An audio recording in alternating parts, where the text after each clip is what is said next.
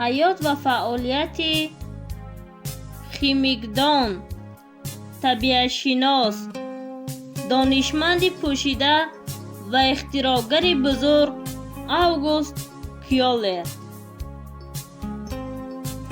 در سال 1829 در آلمان تولد یافت.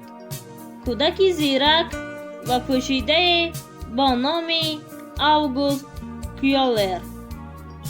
از خردی او به علم و به خصوص به طبیعت شناسی و شیمی شوقمند بود.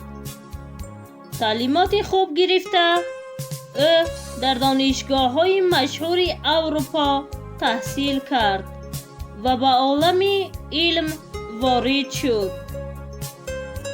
آگوست با تحقیقات دقیق و کامل به ساحه شیمی ارگانیکی و کاهشیابی موادها مشغول شد. وی خیلی خوب می‌فهمید که برای رشد علم شیمی باید نظریه ها را با تجربه های دقیق تصدیق کرد. کیولر به تحقیق ماده های ارگانیکی و ریاکسیه های آنها مشغول شد. با کوشش های زیاد و پژوهش های همیشگی او به کشف ریاکسیه های مهم شیمیایی نائل گشت که به علم و استحصال صنعتی تأثیر کلان گذاشت. هرچند زندگی او آسان نبود و بعضا با مشکلات روبرو می شد، اما صداقت و مهنت بی‌مثال به علم او را بر مرحله‌های بلند موفقیت رساند. در طول عمر آگوست کیولر با آثار زیادی علمی و اختراعات‌های مهم نام برداشت و نام او تا امروز در کتاب‌های شیمی و طبیعت شناسی با احترام یاد می شود. وقتی که سال 1897 زندگی و فعالیت پرمحصول او به پایان رسید، علم شیمی به کدام درجه ها رسیده بود که ما امروز می توانیم با کوتاه‌ترین بیان با آسانی بسیار ترکیب ها و ریاکسیه ها را فهمیم که بخش بزرگی میراث آگوست کیولر می باشد. آگوست کیولر با تحقیقات دقیق و تجربه های پیوسته توانست بسیار کشفیات های مهم را انجام دهد که ساحه مهمی شیمی ارگانیکی را پیش برند.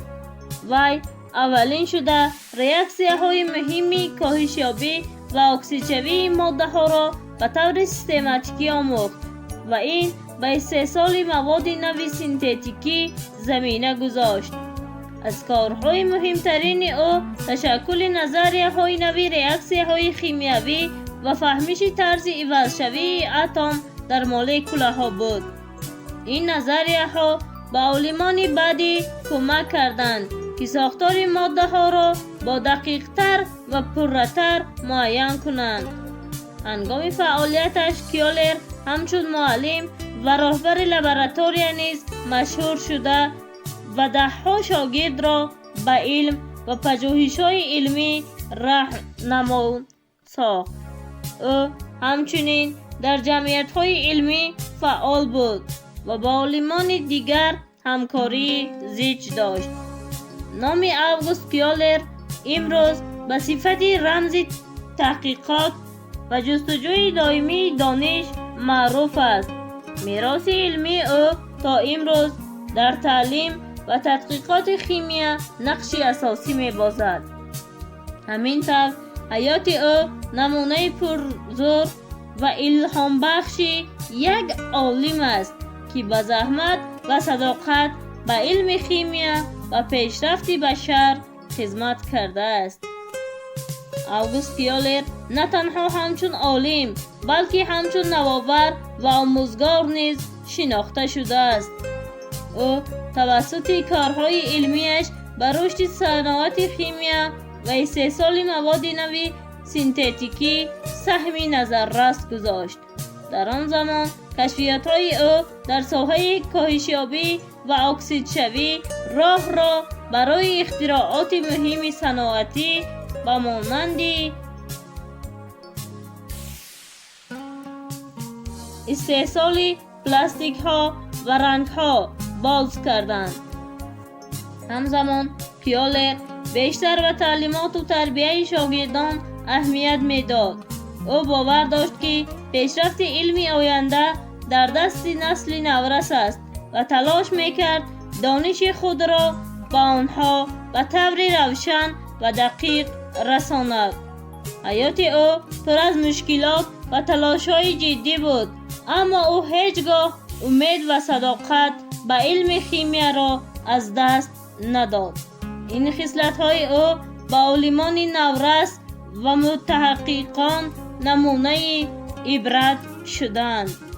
حالا نام اوگوست کیولر همچون یکی از اساسگزاران خیمیای معاصر و معلم و همچون یک نوآوری که به علم خدمت کرده است با احترام یاد می شود. میراث علمی او برای نسل‌های آینده راهنما و الهام بخش خواهد بود.